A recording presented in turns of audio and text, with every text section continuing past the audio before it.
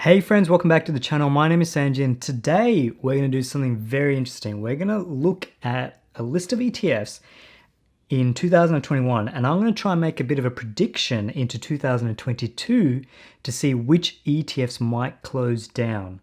And there's two reasons for this. First is to see, is it actually possible to look at a few characteristics and figure out which ones might be on their last legs, so to speak.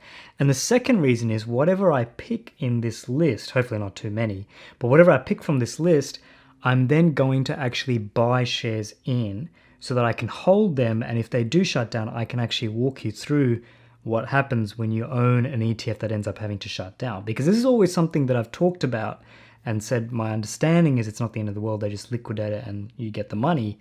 But I've never actually experienced it. So I thought, hey, let's make a bit of a prediction. This is purely for fun. This is not in any way financial advice and not in any way against the ETF companies that I might say might have to shut down their ETFs. Nothing against them. It's just to see what can we actually predict it and what actually happens to you when you do own an ETF that ends up having to unfortunately shut down. So let's get into it. Now, the idea for this video actually came from a previous video I did where I looked at which ETFs didn't make it from 2020 into 2021. And I had a look at the ETF list and made a comparison. And I had this table of a few ETFs. And from there, I thought it would be interesting to actually track or make a bit of a prediction on which ETFs might not make it. So I took this list, I looked at what are the parameters or what are some of the elements from this list that I can take.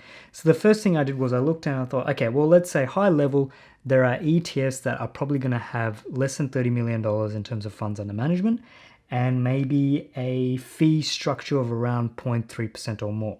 So I pulled up the ETP report that you get from the Australian Stock Exchange. Screenshot on the screen if you want to see what it looks like. It's pretty dry.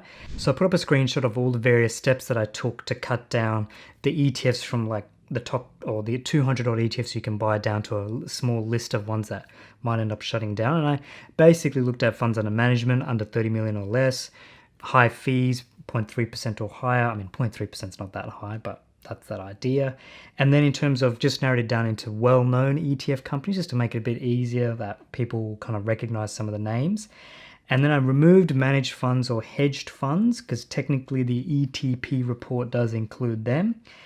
And then I also removed ETFs that have been around for a few years, because it's understandable if you have an ETF that has only launched, this year, 2021, 2020, maybe even 2018, it hasn't had time to accumulate a lot of funds under management in it. It hasn't had time to have the marketing for it, popularity, whatever. It just hasn't had much time. So this is more ETFs that have been around for a while, and therefore they might get shut down. So after doing all of that, I came down to this list of 8 ETFs, and you can see it's a spread between ETFs, the company, BetaShares, Spider, and One iShares product. So from this list, I actually did a bit more looking into them, and I'll leave a little table up where I'll have comments on what I looked at specifically, but I basically looked at their shares issued. That was probably the key thing to see as a bit of a proxy for funds under management.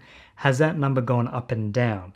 And what I found was 2 ETFs in particular, ETF's Physical Palladium and the iShares Edge MSCI Australian Minimum Volatility ETF, are both ETFs where with the Palladium one, it's sort of gone sideways. It came out with a few shares in 2009, and over time it's sort of dropped down, which tells me that people have been probably selling down this ETF, and recently had a bit of a tickle up, but hasn't really gone anywhere in terms of shares issued. And then the other one, the iShares Australia Minimum Volatility one, had a good run in recent years, but then suddenly there's been a massive sale out of it and it's just kind of flatlined for a bit.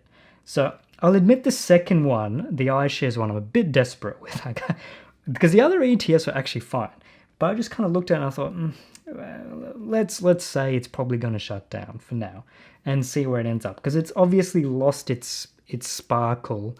Someone's dropped a lot of money out of it. They've sold their position and no one's picked it up again.